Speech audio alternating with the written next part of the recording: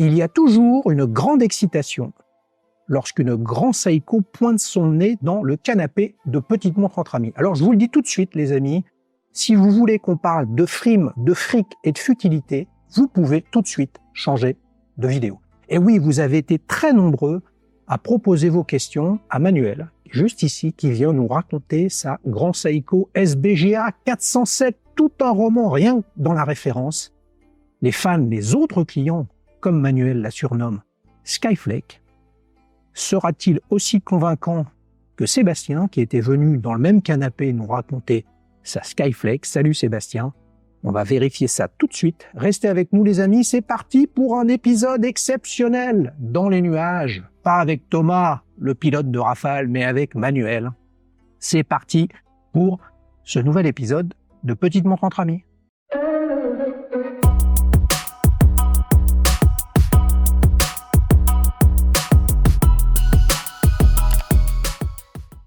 Salut Manuel, ça va? Salut Xavier. T'es pilote de chasse aussi, toi? Non, moi je suis plutôt pilote dans la rue. Je marche énormément. Je roule en moto. Waouh, il marche, il roule en moto. T'es venu nous parler de ta Grand Seiko ou de moto? Je pense que comme on est dans Petite Montre entre amis, je suis venu parler de ma montre. Il est venu parler de sa montre, les amis, mais vous allez voir, il va y avoir des rebondissements. C'est un grand passionné de plein de choses, notamment des passions communes que j'ai également. Tu l'as à ton poignet? Oui. Le mec, il a des bracelets partout sur l'autre poignet, là. Tu mets pas de bracelet du côté de la montre? Jamais. Jamais? T'as peur que ça l'abîme? Ça risque de la rayer. Et le polissage d'Aratsu va être abîmé. Et ça serait moche. Alors, moi, je suis venu avec la Leap Sportville. Je crois que je ne l'ai jamais portée sur la chaîne. Je me la suis offerte pour Noël. Il faut que je fasse changer quelque chose, notamment le verre. C'est une montre électromécanique. Et là, on a une Grand Seiko Spring Drive, c'est ça? C'est ça. Eh bah, je me suis dit qu'elle tirait bien. Regarde, cadran bleu. On échange alors? Ah oui, attends, j'ai eu peur. Je me suis dit, merde, il faut pas que je la porte, quoi. Alors, est-ce que je vais réussir à la mettre? Ah, je sais pas. J'ai des tout petits poignets. Hein. Alors, tout petit poignet, cadran bleu, fantastique, on va en parler. Bracelet cuir bleu. Oh là allô, là. chérie? Oui, je reviens avec une Grand Seiko. Là, je commence à avoir très peur. Alors, raconte-nous tout, à part le fait que t'aimes le bleu. Le mec, il est habillé tout en bleu comme moi, quoi. Hein, je veux dire, je sens qu'on va se marrer. Tu l'as acheté quand? Je l'ai acheté début janvier 2024? 2024. Oui, Tu viens de l'acheter? Je viens de l'acheter il y a pas très longtemps. Neuve? Neuve. Ouais. À la boutique Grand Seiko? Non. Ah, alors raconte-nous tout. Chez un AD qui se trouve justement en face de Grand Seiko, place Vendôme. Ouais. Donc je suis tombé dingue. J'hésitais entre deux modèles quand même. Ouais. J'hésitais entre la SBGM 253 qui est un GMT, Ouais. mais un mouvement automatique. Ouais. Je crois qu'il est pas high bit, mais il est automatique. Et celle-ci, je suis tombé dingue. Je suis tombé dans les nuages. T'es tombé dans les nuages. Dans les nuages. Oui. Mais alors attends, ok, juste un petit, on se souvient de David qui était venu sur la chaîne dans la saison 5, joueur de baseball. Vous imaginez, je crois qu'il est catcheur, c'est-à-dire le capitaine au final. Hein. Il avait une GMT Spring Drive. Oui. Voilà. Donc toi, tu te pointes chez Grand Seiko pour une auto GMT et tu repars avec une 3 aiguilles date Spring Drive. En fait, tu savais pas bien ce que tu voulais. Si, tu voulais une Grand Seiko. Je voulais une grande Seiko. Je voulais un cadran bleu. Mais quand j'ai vu les deux, mon cœur a flanché pour la Skyflake. Ouais. Je la trouve fantastique. Je trouve que cette texture dans le cadran est vraiment réussi et il se trouve nulle part ailleurs, quoi. Et alors justement, cette GMT que tu regardais, elle avait un cadran texturé, comme celle-ci, ou elle avait un cadran, on va dire linéaire en termes de coloris? Linéaire et soleillé. D'accord. Un très beau bleu ciel aussi, ouais. Soleillé. Ceux qui veulent aller voir la référence, c'est SBGM 253, ouais. que je trouvais aussi très joli. Dans la même forme que celle-ci, puisqu'ils ont plusieurs boîtiers chez Grand Seiko. Ils ont le GS44, GS62, et puis enfin, je veux pas sortir tous les boîtiers qu'ils ont, mais voilà, j'aimais beaucoup ce chic dans cette montre.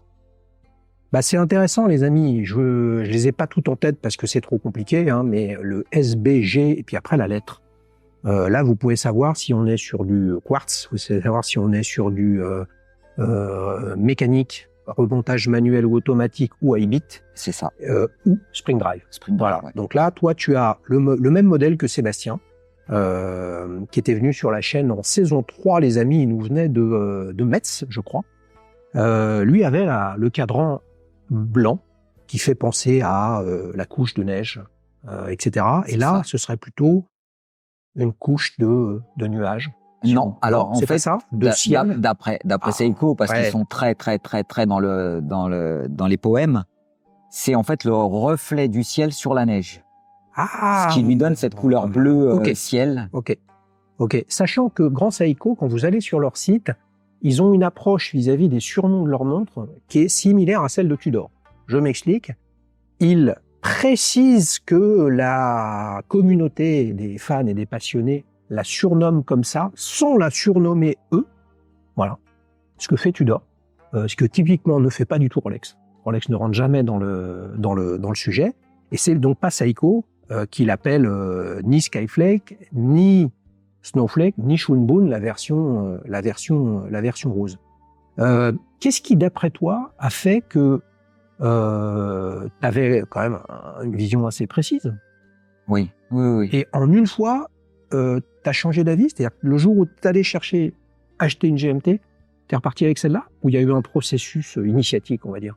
Alors, je suis allé voir avant quand même plusieurs grands Seiko pour voir un peu vers quel modèle j'allais me diriger. Ce qui était sûr, c'était que je voulais une grande Seiko parce que je trouve que cette marque diffuse un message qui est vraiment très poétique, très dans la nature, dans tout ce qui est fleurs, paysage, nature, saison. Et j'ai trouvé que ce message était fabuleux.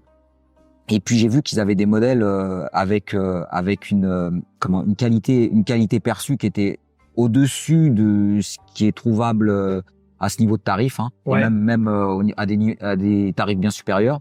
Donc on parle pas de pognon, on s'en fout du pognon, mais non, mais on peut savoir combien ça coûte. Cette montre-là, elle est à 6 200 €. 6 200 €, ok. C'est la première fois que tu as acheté une Grand Seiko? Oui, tout à fait. Ok. Et t'es plutôt un amateur ou un collectionneur de marques françaises, de marques suisses. T'as d'autres montres. Est-ce que t'as, sans rentrer dans le détail, sauf si tu le souhaites, des montres dans cette gamme de prix? Oui. Ok. Donc ça t'inquiétait pas, tu t'es pas plus interrogé que ça. Toi, t'as suivi ton instinct, ta passion. Moi, ce que j'aime dans les montres, c'est avant tout le design et la beauté de la montre qui dégage, qu'elle dégage sur moi. Pas ni le tarif, ni la marque, ni ça m'intéresse que très peu. Même si j'aime beaucoup les marques prestigieuses, mais moi je suis dans l'émotion. Je suis pas dans la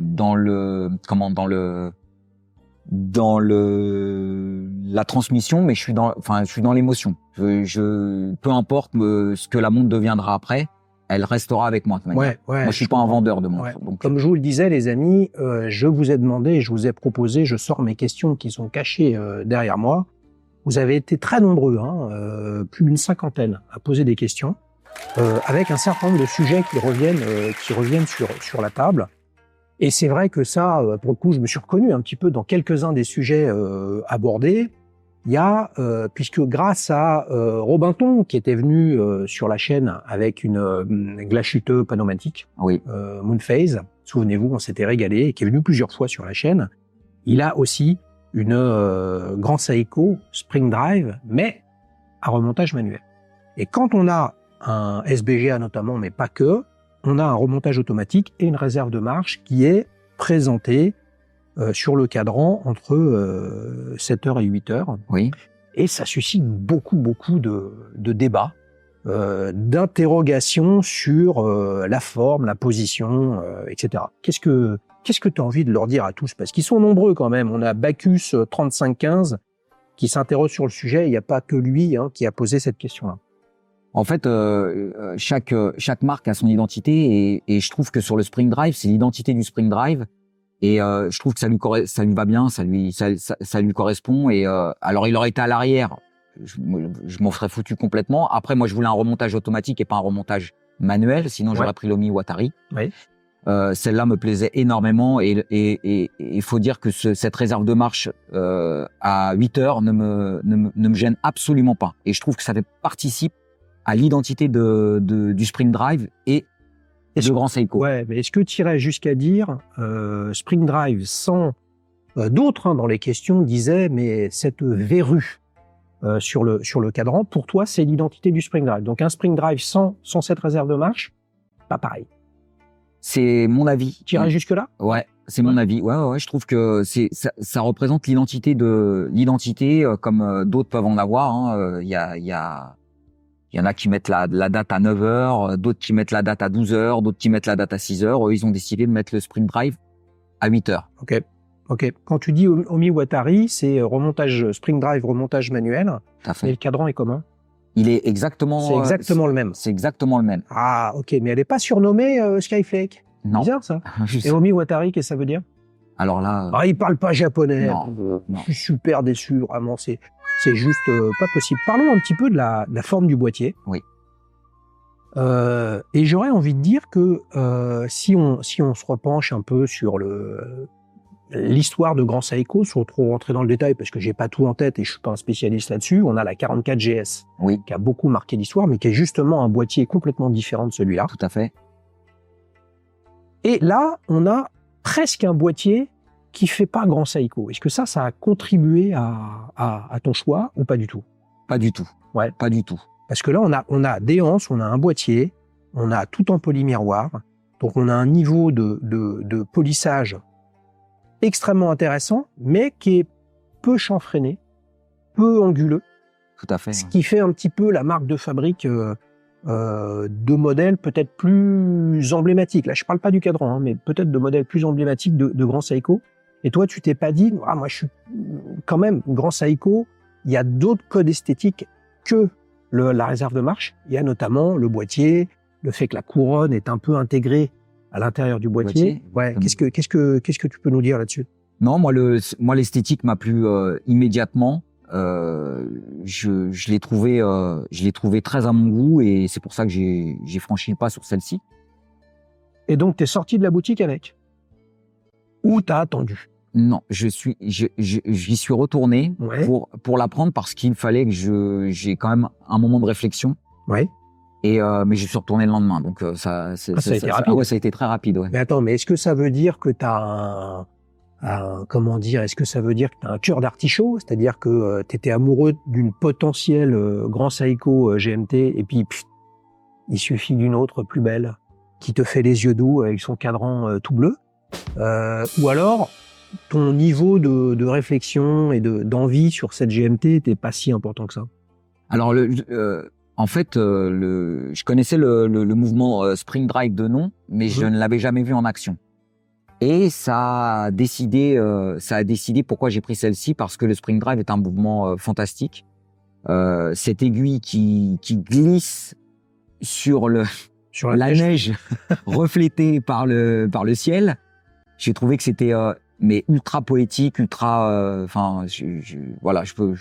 Moi, je suis dingue de cette montre, donc je peux pas en dire du négatif. Donc tu t'es fait subjuguer. J'ai été subjugué. Effectivement, ouais. Mais est-ce que ça veut dire que le fait de ne pas prendre la GMT, t'as peut-être d'autres GMT ou pas dans ta collection? Ok, d'accord. Donc ça a peut-être aussi contribué au fait de dire, GMT, j'en ai déjà. Et donc, puisque j'ai un crush, j'ai un coup de cœur, les amis, en fonction des générations, tu t'es dit que t'allais aller sur celle-ci. En fait, moi, le mouvement GMT, c'est un mouvement que j'adore. Enfin, cette complication, je l'adore. Mais néanmoins, elle me gêne pas plus que ça. Ok. Il y a que si je vais au Japon et que je veux savoir l'heure qu'il est en France, ça va me gêner. Mais sinon. T'es déjà allé au Japon? Non, jamais. Ah, au Japon, j'adorerais y aller, les amis. Vous le savez, je sais pas si vous avez lu, mais j'ai fait une interview très sympa avec Ludovic du blog Le Petit Poussoir. Ça m'a permis de parler un petit peu d'horticulture. Et donc forcément, une autre grande passion que j'ai repris une question de Michel Larguez, 22-25. Merci Michel pour ta question, qui dit « C'est un très beau modèle. Qu'est-ce qui a motivé le choix de ce modèle par rapport au Snowflake ou au Shunbun ?» Et le Shunbun, c'est une texture qui est différente, mais un petit peu dans le même esprit. Sauf que la philosophie derrière, et vous allez comprendre pourquoi elle m'intéresse, est très différente, c'est que là, ça représente, à une saison bien particulière après la floraison des cerisiers japonais, qui bordent les rivières. Vous avez des rivières qui sont complètement recouvertes de pétales roses. Ça dure quelques heures, peut-être quelques jours. Et ils ont fait un cadran rose. Et là, c'est le culte des saisons, le décompte du temps au travers des saisons, des arbres, des fleurs. Moi, je trouve ça absolument merveilleux. Et donc, moralité, blanc, bleu ou rose, toi, t'es allé sur la bleue. Parce qu'avec celle-là, essayé, ou parce que t'aimes le bleu, ou parce que pas de réponse? Parce que je voulais une montre bleu ciel. Voilà. Donc tout simplement. Et puis celle-là, avec son, comme je le disais tout à l'heure, avec sa texture type un peu neige, un peu, Ouais. je l'ai trouvé très à mon goût. Et donc il y a pas. Mais t'as pas essayé la blanche, excuse-moi de t'avoir interrompu, ou la rose? J'ai essayé la blanche. Ok, J'ai mais t'es essayé allé. la- Ok. Voilà. Ok. Et t'aurais essayé la rose? Ça aurait donné quoi? Alors je suis pas très branché rose, même si j'aime beaucoup cette couleur et je la trouve très belle, mais On je est trouve. habillés tout en rose tous les deux. Ouais, tout à fait, tout à fait. Mais voilà, moi je suis très bleu. J'ai été depuis tout petit, j'aime le bleu, donc c'était une évidence. Ah, là va jusqu'au jour où il va acheter une montre avec un cadran rose, avec un cadran Parme, avec un cadran charbon. Et il reviendra sur le canapé de petite montre entre amis. On a Olivier, un habitué de la chaîne. Salut Olivier. Salut Olivier. Qui lui nous dit fantastique ce cadran texturé, mais d'un autre côté, quand un cadran est quand même très prononcé, est-ce que, pour le coup, et sa question est intéressante, c'est pour ça que j'ai sélectionné, est-ce que ça efface toutes tes autres montres? Et là, c'est ta montre de tous les jours et que tu as plus de mal à porter les autres? Ou alors, potentiellement, tu pourrais te lasser. Alors tout ça, cette question, elle a peut-être moins de sens parce que tu viens de l'acheter. Tout à fait. Là, c'est la love story. C'est la love story, mais alors j'alterne avec mes autres montres, mais celle-là quand je la reporte, j'ai un plaisir immense à la reporter et je serais prêt à la laisser dans son écrin pour qu'elle garde sa beauté, son côté immaculé, parce qu'elle a quand même un polissage Zaratsu qui brille pas mal quand même. Ah oui, non, mais là, tu es intégralement en polymiroir. Ouais, tout à Voilà, fait. il y a pas une, manifestement, hein, je regarde, il y a pas une partie de la montre qui est pas en polymiroir. Et en ce sens, ça la différencie aussi des autres. Hein. On a vu d'autres grands Seiko, les amis, sur la chaîne. On a Pierre, le premier qui était venu avec une diver. Je crois que nous étions sur la saison 1. On a eu Morgan, grand spécialiste de gaming, qui était venu avec une grand Seiko à quartz. Oui. On a tout eu. Je ne sais pas si on a eu un iBit. Si, on a eu un iBit GMT dans un battle avec un collectionneur. Hein. Battle avec un collectionneur, les amis. On en a eu un fantastique avec Pierre qui est venu présenter 5 montres de sa collection. Avec des plongeuses, des chronos, des montres habillées, vraiment quelque chose de très sympa. Et justement, en parlant de collection, bah tu as forcément les Rolex fans qui sont à l'offensive dans les questions. Et ce que j'ai retenu de vos questions, les amis, c'est mais est-ce que tu as vu la décote de Grand Seiko sur le marché de l'occasion? Pourquoi tu as acheté cette montre? Là, on va être chaud, les amis, sur le sujet. J'ai longuement hésité. Bien sûr, je suis un peu dans l'humour, hein, mais j'ai longuement hésité entre acheter un pantalon que je pourrais acheter dans 2-3 ans et là, il y a plus de décote puisqu'il vaut plus rien le pantalon, Oui. ou acheter une montre. En fait, finalement, la décote, je m'en fous royalement parce que ce qui m'intéresse, moi, c'est l'objet, c'est-à-dire l'émotion que ça dégage. Je suis pas sûr que j'aurais eu autant d'émotions avec une Audemars Piguet si elle ne me plaisait pas, mais parce que je sais qu'elle décote pas, je m'en fous de ça. La décote, ce n'est qu'illusoire et que une question de temps. Peut-être que les montres qui sont cotées aujourd'hui, dans 10 ans, elles ne vaudront plus rien. Et peut-être que celle-là vaudra quelque chose, mais même si elle vaut quelque chose, je m'en fous. J'ai pas décidé d'acheter une montre pour dans le but de la revendre après. Est-ce que je peux te poser la question différemment? Moi qui suis pas acheteur de neuf, forcément, si j'allais chez Grand Seiko, j'irais d'occasion. Oui. Alors, mais parce que je suis pas acheteur de neuf, et je suis pas acheteur de neuf parce que justement, je considère que toutes les marques, tous les modèles, de toute façon, décotent. Mais pour vous faire un petit pied de nez, les amis, est-ce que vous avez remarqué comme la cote de Rolex et de plein d'autres modèles s'est effondrée d'au moins 30% ces derniers temps. Et donc, aller acheter d'occasion une montre plus chère que neuf ou sur le marque-crédit plus chère que neuf à un instant T, on se dit j'ai gagné 30% parce que le marché est à la hausse. Celui qui a acheté au pic, il est sacrément embarrassé, il se retrouve avec une toquante hors de prix, plus chère que son prix neuf, à une cote peut-être que l'on ne reverra jamais, et peut-être que dans 10 ans, tu viens de le dire, ces grands Seiko-là seront extrêmement prisés. On ne peut pas le savoir. Je pense qu'il y a matière à réfléchir sur le sujet et à se poser la question de est-ce que ça peut arriver ou non, mais en fait, on ne peut pas le savoir. Mais pour autant que toi, tu l'intègres pas, est-ce que tu t'es dit, une fois que tu avais eu ce coup de foudre, cette Skyflex, est-ce que tu t'es dit, en fait, peut-être que je peux en trouver une immaculée, neuve de stock, très peu portée, moins cher, et auquel cas je vais sur l'occasion. Ou alors t'es pas acheteur d'occasion. Je suis pas acheteur d'occasion. Eh ben voilà, c'est ça le vrai sujet. C'est absolument fantastique comme débat ce qu'on a. C'est que toi t'es pas acheteur d'occasion. Oui. Ça veut dire que tu veux l'expérience boutique ou tu achètes en ligne aussi? Alors je suis plus expérience boutique. Oui. J'aime bien avoir un interlocuteur en face de moi et qui puisse me guider aussi. Oui. Et pouvoir Dans tes choix. discuter. Alors, mes choix, ce seront mes choix toujours. Oui, mais t'influencer potentiellement. Et éventuellement me proposer des modèles que moi je n'aurais pas vus. Donc ça peut être une décision future quoi. C'est-à-dire que la personne, j'y allais pour un modèle et lui il m'a dit attends, comme je sais ce que tu aimes, eh ben je vais te présenter quelque chose que tu ne connais peut-être pas. Et ça peut être une réflexion aussi, hein. Bien sûr. Après, moi, souvent, quand je me documente avant d'aller en boutique et je sais précisément ce que je veux, quoi. Est-ce que lorsque tu l'as acheté chez un AD, donc le propre d'un AD, c'est qu'il est non exclusif. Oui. Alors après, vous avez des AD qui ouvrent des boutiques exclusives à des marques et on a l'impression que c'est la marque, mais en fait, c'est un AD. Là, c'est différent, c'est un multimarque. C'est un multimarque, oui. Est-ce que tu aurais pu passer de la Grand Seiko GMT que tu étais allé acheter à une autre marque? Je voulais une Grand Seiko. Attention. Ouais, hein. Je voulais une Grand Seiko. Ouais. Donc, j'ai regardé plusieurs textures, plusieurs couleurs, plusieurs cadrans et je voulais une Grand Seiko. Parce que j'aime la police, j'aime leur logo appliqué, j'aime cette marque profondément. Les amis, j'espère que je vais réussir à faire des visuels qui rendent hommage à ce cadran qui est vraiment somptueux. On pourrait même parfois penser que c'est du papier, un peu fait à l'ancienne, comme du papier canson, du verger, enfin des choses comme ça.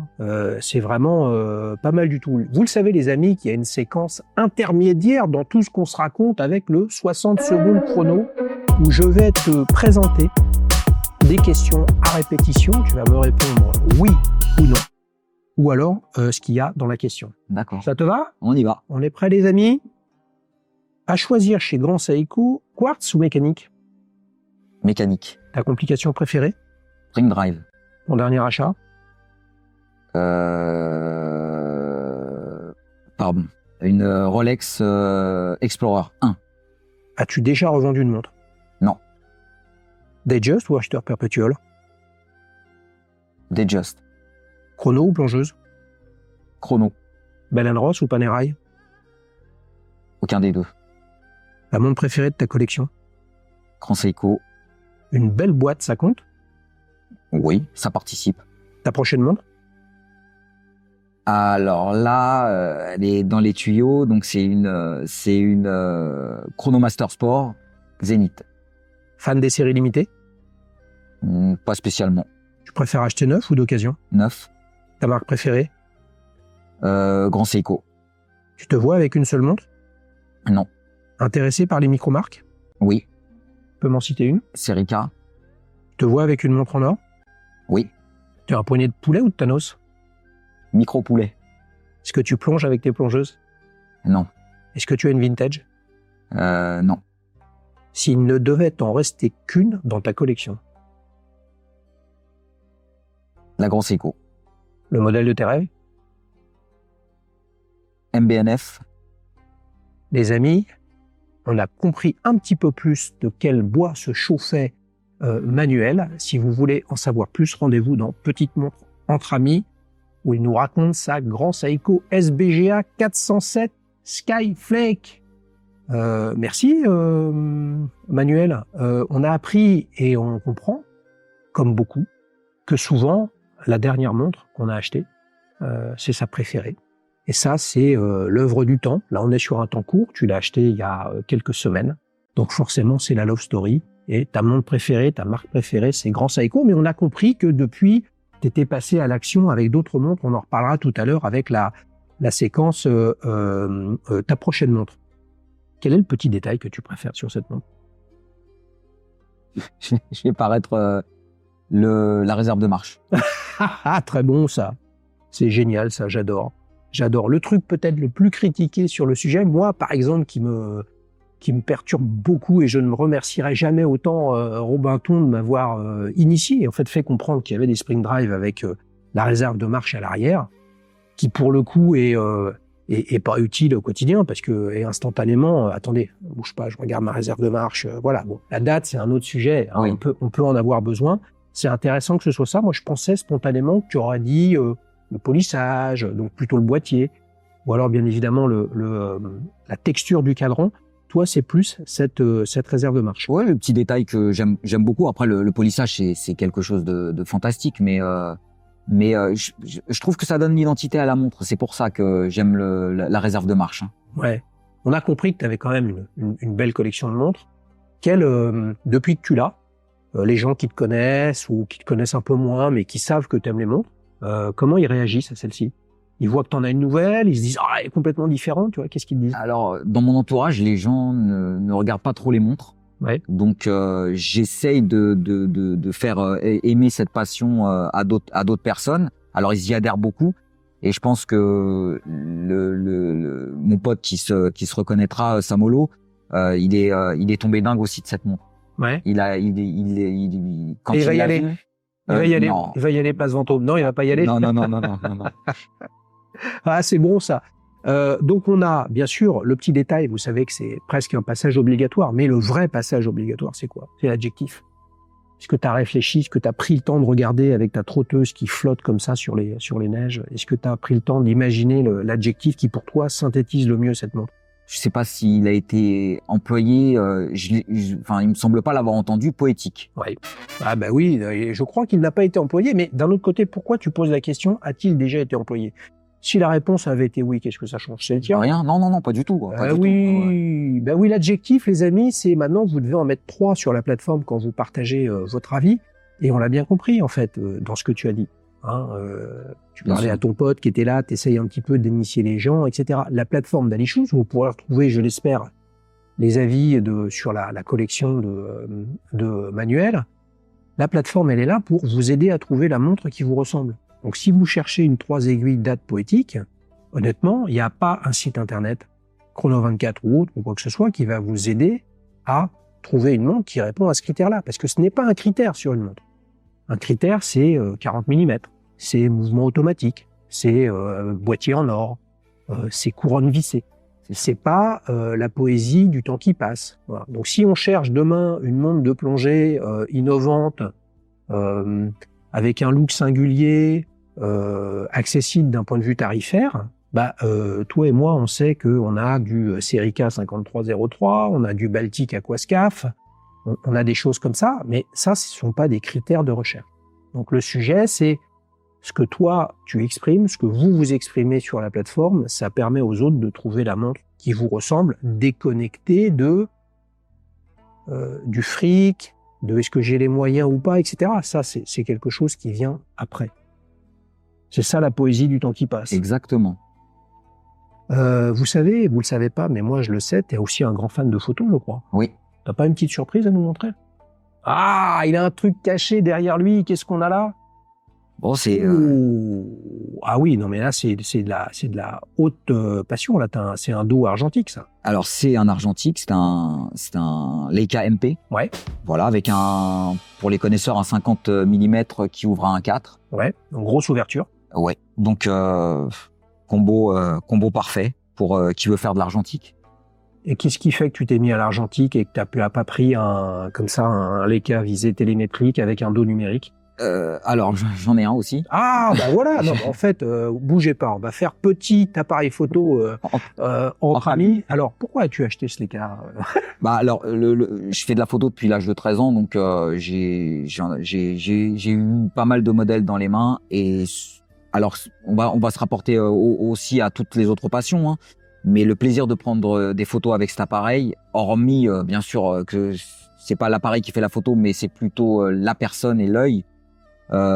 C'est un plaisir journalier à faire des photos avec ce type d'appareil. Tu l'as tout le temps avec toi? Tout le temps avec moi. Ouais. Il ne me quitte jamais. Alors c'est intéressant les amis, là il y a une question de fond, c'est tu vas faire développer tes films chez qui? Je les développe à la maison. Donc tu développes la pellicule La pellicule. et tu fais les tirages.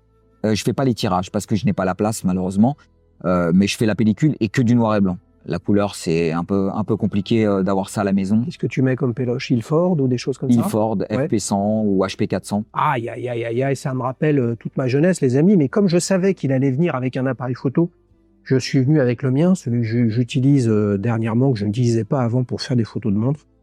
Là, on a un Fujifilm XT2. Donc, on est sur une marque très très connue des photographes professionnels, mais moins connue du grand public. Vous voyez, c'est deux approches stylistiques assez proches, boîtier très robuste, des manettes analogiques, peu de boutons, peu de touches, la solidité avant tout. Mais là, on a bien évidemment, vous pouvez le voir, un dos numérique, parce que là, on a tout de suite le résultat de ce qu'on fait. Alors que, les amis, la photo argentique, vous avez une péloche qui fait 24 vues ou 36 vues. Vous vous dites, j'ai fait une tuerie aujourd'hui, et vous faites développer, là, vous vous rendez compte que vous êtes sous-ex ou sur-ex, ou que c'est flou, et là, vous avez envie de vous pendre. C'est ça la photo. C'est ça. Donc ça veut dire que le sujet, c'est pas je mitraille 150 fois, et j'en aurai forcément une de bonne, avec les fonctions de bracketing qu'il y a sur les appareils, ou là, avec un numérique, forcément, vous allez avoir un bon résultat, quoi. C'est ça. Et qu'est-ce que tu fais comme type de photo? Plutôt de la photo de rue. Ouais. Pour ça que tu nous disais tout à l'heure que tu marques. Voilà, exactement. Et est-ce que tu fais aussi, t'es en bécane, et tu shootes? Non, on va Il pas ne mettre... shoot pas au volant, ni au guidon, là, sinon il faut que tu lances une chaîne YouTube comme Wallan, où tu te filmes en moto dans Paris. Oui. Ouais, mais là, c'est un coup, c'est dangereux, hein. C'est un peu dangereux, ouais. C'est Ouais, ça, c'est ouais, ça. Ouais. Tu fais des roues arrière en bécane? Jamais de la vie. Jamais de la vie. Enfin, avec la moto que j'ai, ça serait compliqué. Qu'est-ce que t'as comme moto? J'ai une Goldwing. Waouh, oui, non, mais là, le mec qui fait des roues arrière en Goldwing, honnêtement, tu sors une vidéo comme ça, tu sors un Reels ou un Short là, sur YouTube ou sur Instagram, tu fais 12 millions de vues, quoi. Ouais, c'est Il ça. fait des roues arrière en Goldwing, c'est 6 cylindres, c'est un 6 cylindres, ça, hein. C'est un 6 cylindres, exactement. Un 1800, 6 cylindres. Oui, oui, oui. Voilà. Waouh. Avec tout la Castillage. Avec la Grand Seiko. Fantastique, les amis, on se régale. Je sens qu'il va revenir pour nous parler moto ou photo. On enchaîne pour la séquence suivante. Souvenir. Quel âge as-tu, Manuel? J'ai 51 ans. C'est pas mal, ça. C'est pas mal, ouais. Ben oui. Bon, c'est un petit jeune encore, mais qu'est-ce que vous voulez? C'est quand ton anniversaire? C'est au mois de Septembre. janvier. Septembre. Eh ben voilà. Donc, il va nous dire si pour septembre, il y a une prochaine toquante qui est dans le tuyau. Je vais y arriver. Comment t'as démarré tout ça? On a compris la photo, c'est arrivé assez jeune. Et les montres? Alors les montres, c'est arrivé aussi assez jeune, hein. Alors j'ai eu ma première montre quand je rentrais à l'école primaire à 6 ans. C'était une Timex. Alors le modèle, je m'en souviens plus et je suis d'ailleurs un peu énervé parce que je la retrouve pas cette montre. Elle doit être à la maison, elle est quelque part, mais je la retrouve pas. Donc faut prendre le temps. Tu vas prendre le temps de le retrouver, tu la retrouveras. Et ça me permettra de vous revenir pour te la montrer. Eh ben oui, alors Et pour vous vous la avez bien présenter. compris, début de l'école primaire à 6 ans, donc là on est en 1970 à peu près. Oui, 78. 78, c'est ça. Voilà, Coupe du Monde en Argentine, les amis, que voulez-vous, c'est comme ça. À l'époque, vous arriviez en école primaire, il fallait une montre. Oui. Eh oui, parce que les cours se finissent à quelle heure? Si tu rentres à pied et que tes parents viennent pas te chercher, eh ben, tu dois être à la maison à 17h. Comment on fait pour être à 17h à la maison si on n'a pas le TikTok et le téléphone qui nous dit l'heure, quoi? Oui. Hein, qui nous dit qu'il faut y aller. Une autre époque, les amis, comme avec la photo argentique. Donc cette Timex, c'est la première, toute première, tu t'en souviens, et t'es malheureux de plus l'avoir. Et entre cette Timex et la Grand Seiko, est-ce que tu en as une ou deux, peut-être trois, rapidement, qui ont été marquantes dans ton histoire? Alors je vais juste te raconter une anecdote, c'est que quand j'étais môme, je devais avoir 8-9 ans peut-être, il y avait des démonstrateurs qui venaient avec des plateaux complets de montres et qui vendaient des montres à 30 balles et ils les vendaient 200 ou 300 balles. Et où les démonstrateurs? Dans la rue, moi par exemple, j'étais avenue Secrétan et avenue Secrétan, il y avait un démonstrateur qui venait, on appelait ça un camelot. Hein. Dans la rue. Dans la rue. Le mec il passe avec sa pierre à poncer, mais là c'était juste un camelot avec. Il avait un barnum avec tout un tas de, il avait des valises. Des valises complètes de montres, c'était impressionnant. Il avait un imperméable, il ouvrait comme ça. C'est ça. Comme Michel Blanc dans Marche à l'ombre, souvenez-vous les amis. Oh, qu'est-ce que c'est daté ça. C'est pas grave, allez. Mais c'était tellement beau. Ouais. Et donc moi j'assistais à la démonstration de toutes les montres qu'il y avait et la finalité c'est que à la fin, comme j'étais un môme, il me donnait une montre et j'en ai récupéré quelques-unes comme ça.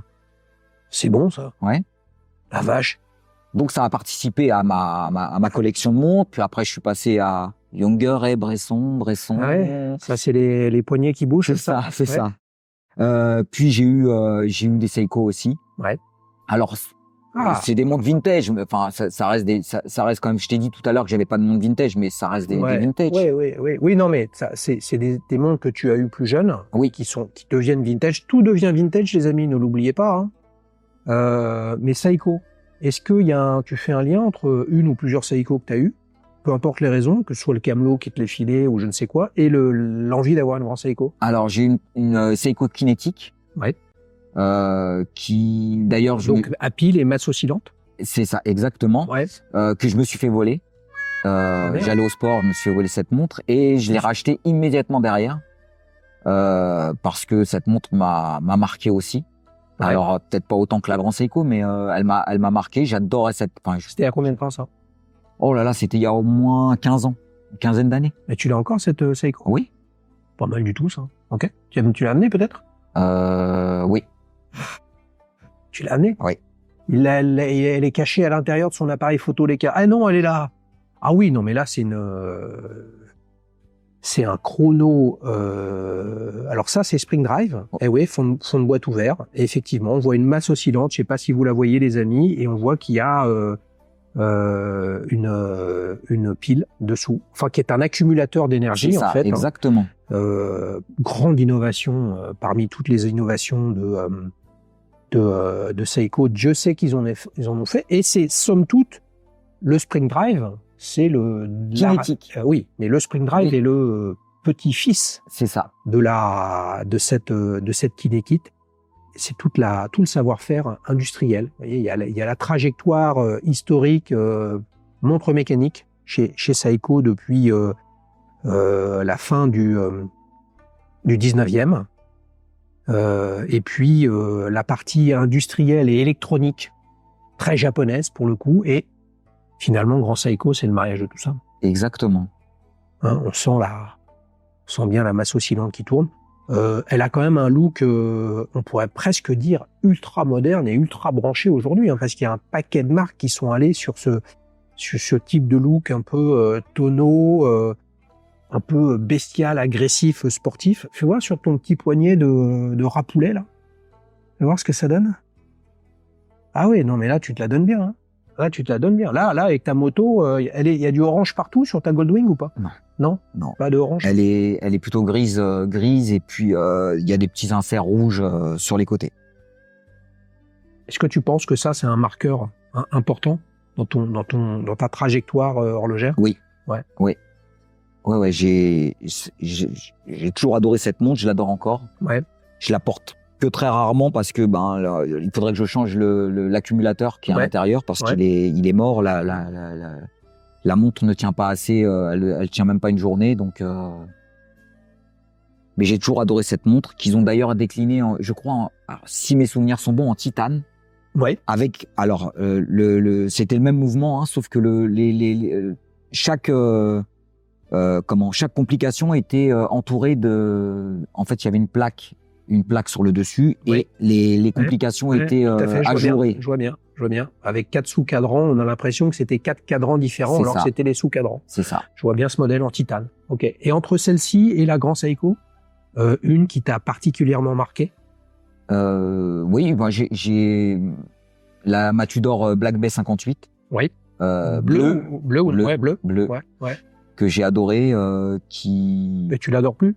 Si. Ah non, mais il parle au passé. Vous voyez, je l'ai adoré. J'aime le bleu. Ah, il aime le bleu. Oh la vache. Vous avez bien compris que depuis la Grand Seiko, il en avait une autre, mais l'Explorer 1 dont tu nous as parlé tout à l'heure, elle est pas en cadran bleu. Non, elle est en cadran noir. Ah, peut-être une des prédictions à faire. Vous vous rendez compte, on va être inondé de prédictions de qu'est-ce que va sortir Rolex à Watches and Wonders. Ça t'intéresse, ça, ou pas? Non, Ce que les marques vont sortir? Pas spécialement, je sais pas. Si tu devais spéculer quand même, soyons fous, essayons de participer à ce truc. Bon, t'aimerais qu'il sorte quoi, Rolex? Une Daytona verte? Une Daytona verte, ma foi, comme ça. Le mec, il est en train de courir avec sa bagnole, il est à fond, et là, la Daytona se transforme en Hulk avion. Une Daytona verte, pourquoi pas? Ça n'existe pas déjà, ça? Une Daytona verte? Je suis pas sûr. Non, ça n'existe pas, les amis. Je n'en sais rien, les amis. Bonne chance à eux sur ce qu'ils vont lancer de toute façon. Et il y aura des clients heureux sur le sujet. Les amis, exceptionnellement, il n'y aura pas de quiz aujourd'hui, mais Manuel, il sait que là-bas, il y a la casquette. Il repartira avec exceptionnellement, même s'il n'a pas gagné, parce qu'on va aller faire un tour de Goldwing et je vais lui montrer comment on fait une roue arrière avec une bécane comme ça, en même temps qu'on fait des photos avec 2 appareils sans déglinguer la toquante qu'on a au poignet. On enchaîne pour la dernière séquence, ta prochaine montre. Donc on a compris que la prochaine, il y en avait déjà une, donc la Rolex Explorer 1. Mais ce qui m'intéresse, c'est plutôt la suite. Et 2 sujets, c'est pas toujours comme ça que je l'imagine, mais là j'ai envie de te dire. Premier sujet, c'est la prochaine comme étant possible. Et cette espèce de rêve, on va vérifier, tout à l'heure tu nous parlais de MBNF, voilà, une possible et une rêvée, comme une sorte de Graal, et n'oublions pas que le Graal on l'a jamais, sinon il y en a plus. Ou alors on croit que c'était le Graal, mais en fait ça l'est pas, et il y en a une autre. Voilà. Alors, tout à l'heure, depuis l'âge de 16 ans, je rêve d'une montre. Tu rêves depuis longtemps, mec. Depuis longtemps, okay. Ouais. Donc c'est une Submariner. Ouais. Une Submariner date. Ouais. Parce que j'ai toujours aimé ce modèle. Et je me suis mis sur liste pour pouvoir en acquérir une. Ouais. Est-ce que alors quand on est sur liste, on choisit pas vraiment, hein. Donc tu en veux une avec cadran noir, tu veux une Biton, tu veux le modèle classique, c'est-à-dire une 126-610 LN. Ouais. Voilà. Donc ce sera pour moi un accomplissement parce que j'ai toujours aimé ce modèle et que j'ai jamais pu m'en acheter une. Donc maintenant ça va peut-être être le cas. Donc tu t'es mis sur liste chez le même AD que là où tu as eu la Exploa? Oui. Oh ça y est, t'es un insider. Voilà. Il t'appelle constamment, elle va arriver, elle est arrivée, etc. Qu'est-ce qu'ils te disent sur les délais là? Parce que il y a une petite musique, les amis, qui m'arrive aux oreilles et cette musique, elle a quand même un son qui est assez fort, hein. Donc il y a quand même beaucoup de signaux qui montrent que le sketch de ces dernières années, de liste d'attente, de si tu demandes pas gentiment, t'es un méchant client, enfin bref, vous m'avez compris, c'est-à-dire ce truc insupportable d'être sélectionné ou non pour avoir une montre est en train de petit à petit de se tasser. Et que j'ai des abonnés, les amis de la chaîne, j'ai des membres de la plateforme, j'ai des invités qui me disent qu'il y a des toquantes sur liste qu'on pouvait pas avoir et maintenant elles sont en stock et ils n'arrivent pas à les vendre, hein. Ah. Est-ce que c'est le cas chez nos amis Rolex? Je ne sais pas. Il y a un ancien invité qui a touché une déto en 4 semaines. Yes. Ah ouais, là c'est... Attention les amis, c'était un insider. Mais même quand on était un insider il y a 2 ans, ça avançait pas. Ça semble avancer plus vite. Est-ce que l'AD, peu importe l'AD, si tu veux en parler, moi je m'en fiche complètement, est-ce qu'il te Est-ce qu'ils te laissent penser que ça va un petit peu plus vite ou au contraire, ils disent rien? Alors, pour la petite histoire, mon Explorer 1 que j'ai eu il y a pas très longtemps, Ouais. je l'ai eu en 2 jours. Ouais. Donc, Ah ouais, non, mais là, franchement, c'est la fin des listes, les amis, parce que non, tu déconnes. Ouais, non, C'est je un coup de déconne pas. chance. Ah non, c'était pas un coup de chance. En fait, Tu les connaissais avant? oui, c'est là où j'ai acheté la Grand Seiko. Ah, ok. Donc, j'avais un événement particulier qui était les 90 ans de ma maman, et donc je voulais marquer cet événement, et je lui en ai fait part, et d'un délai qui m'annonçait de 6 à 8 mois, s'est transformé en 2 jours. Parce que peut-être qu'il a voulu me faire plaisir et il m'a passé devant quelqu'un. Mais est-ce que tu lui avais dit que c'était par rapport à cet événement pour l'anniversaire? Oui, j'en ai parlé. Et quand il t'a dit, ça y est, on l'a, est-ce qu'il est revenu sur le fait qu'il t'avait dit 8 mois et c'était 2 jours? Non. T'en penses quoi, toi? Bah, je pense qu'ils font ce qu'ils veulent. Non, mais ça, heureusement qu'ils font ce qu'ils veulent. Ils sont commerçants, ils achètent des montres, ils ont un deal avec Rolex en étant distributeur. Je veux dire moi, je suis pas concerné par cette problématique, mais tu te mets du côté des clients, tu te dis, je veux acheter une Rolex, tu peux pas, t'es quand même deg. T'es même sacrément énervé de cette situation. Si tu te mets du côté du commerçant, un commerçant, son intérêt à lui, c'est de faire plaisir à un de ses clients. Et c'est pas de vendre une montre au premier qui rentre à quelqu'un qui ne reverra jamais. Puisque là... Et c'est ce qu'il a fait. Voilà. Donc, tu as acheté ta Grand Seiko. 1 mois et demi plus tard, tu lui prends une Rolex Explorer. Et là, le mec, il sait que il t'a captif pour une Submariner date. Donc, le jour où elle arrive, à quoi ça sert qu'il la vende à quelqu'un qui rentre et qui connaît pas en lui disant, oui, j'en ai une, la voilà. Je préfère te la passer à toi. Donc, ça fait que t'es sur liste pour la Submariner date depuis 1 semaine ou 2. Ah non, depuis un peu plus longtemps. Oui, mais t'as acheté en janvier la Grand Seiko. Oui. Oui, on est en février. Oui, la Submariner date, je suis depuis septembre l'année dernière. Ah, oui, ça fait que depuis 5 mon mois. anniversaire. Ah, c'était son anniversaire. Voilà, tu lui repasses un coup de fil, tu lui dis, oubliez pas que ton anniversaire, c'est au mois de septembre, faut qu'elle arrive avant. Non, mais je me suis rappelé à lui à plusieurs reprises quand même. Ok, comment t'arrives à combiner? Parce que dans les questions qui étaient posées par tous les abonnés de la chaîne, il y a quand même un sujet sur cette décote dont on a parlé. T'as les Rolex fans et puis aussi, ça a pas le prestige ou l'histoire de ces racines un peu latines, européennes, Grand Seiko, machin, etc. Qu'est-ce que t'as envie de dire, toi, aux amateurs de montres sur comment on fait pour combiner dans sa collection Grand Seiko et Rolex, qui sont sur les mêmes gammes de prix? Il est entre 6 et 10 000. Comment tu peux leur dire que, bien évidemment, qu'il n'y a aucune incohérence, puisque c'est ta cohérence à toi, mais quelle est cette cohérence, tu vois? Pour les éduquer, quand même. Je pense que l'univers horloger, c'est soit il y a des gens qui veulent avoir un patrimoine et d'autres qui veulent avoir un objet et un bijou. Je considère cette Grand Seiko comme un bijou, et à ce titre-là, je m'en fous qu'elle soit décotée, qu'elle décote, la cohérence dans une collection. Une collection, c'est des choses qui te touchent toi. C'est pas les choses qui vont toucher les autres. Si ça touche les autres, quelque part, on s'en fout. Il faut que ça te touche toi avant. C'est ça qui est important. Ouais, je suis d'accord. C'est ce que ça dégage. Ce que ça dégage sur toi. Ce que ça te rappelle comme souvenir. Il parle d'un truc intéressant, c'est la cohérence. Pierre, qui était venu avec sa collection de 5 montres, quand je lui ai dit, mais quel type de collectionneur t'es, il m'avait répondu spontanément, non, mais je suis pas un collectionneur parce qu'il n'y a pas de cohérence dans ma collection. Et moi, je lui avais répondu, justement, ta collection, sa caractéristique, et en quoi elle est cohérente, c'est que justement, elle est incohérente. Et c'est ça, l'équilibre des choses. Vous voyez, quand on prend quelque chose, on le divise en 2 parties, ça veut pas dire 50-50. Ça peut être 10-90, ça peut être 70-30. Ça s'appelle couper en 2, ça. D'accord? Donc, toi, tu ne cherches pas de la cohérence. Non. Ce qui te guide, c'est est-ce que le message stylistique, est-ce que tu la trouves belle, est-ce qu'elle va bien à ton poignet, parce que toi, tu vois une façon de porter un bijou. Et parfois, les invités disent, même si je ne le partage pas, c'est le seul bijou de l'homme. Toi, tu mets des bracelets, moi j'en ai quelques-uns. Enfin, chacun fait ce qu'il veut. Encore une fois, ok. Mais qu'est-ce que tu as envie de dire à celui qui se dit, oui, mais on n'a pas d'histoire commune, proche, historique, linguistique, sociétale, culturelle, avec le Japon, et comment tu différencies ça avec quelque chose qui est plus proche de nous. L'horlogerie suisse, elle est francophone.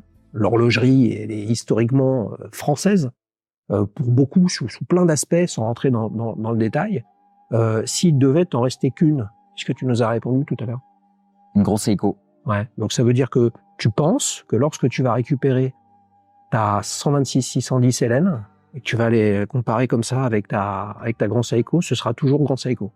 Ce sera Grand Seiko parce que la Submariner, c'est juste parce que c'est une montre hommage à ma jeunesse.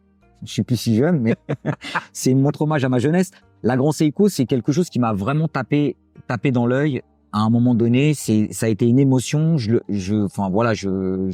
Alors effectivement, on est dans la passion pour le moment.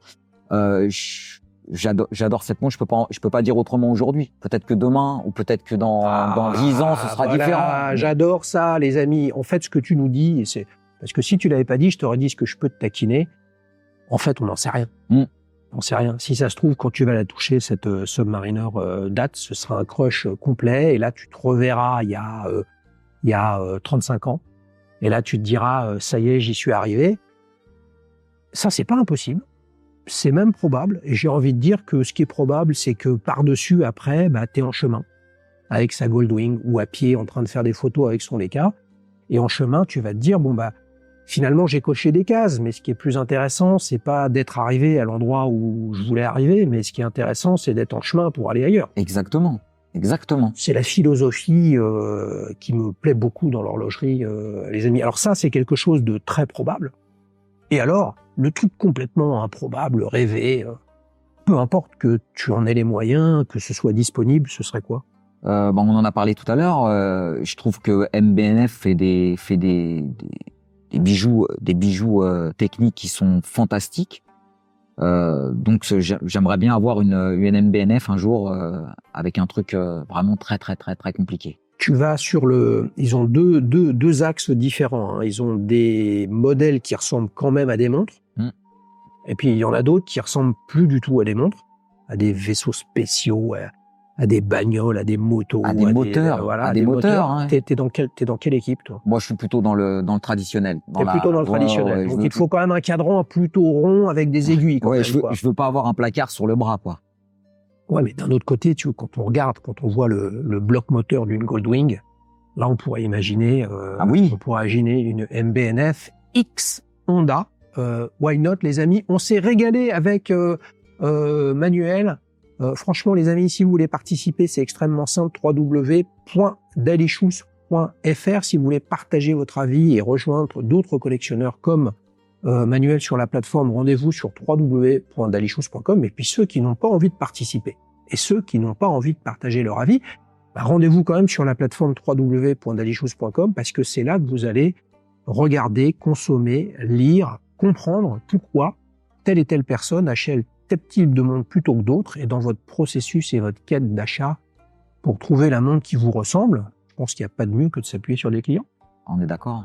Ouais, oui, on est d'accord. On est tellement d'accord, les amis, qu'on va aller se manger un japonais ensemble dans la rue à côté. Je vous embrasse fort. Merci Manu. Merci à toi, Xavier. Salut les amis, ciao ciao. Salut.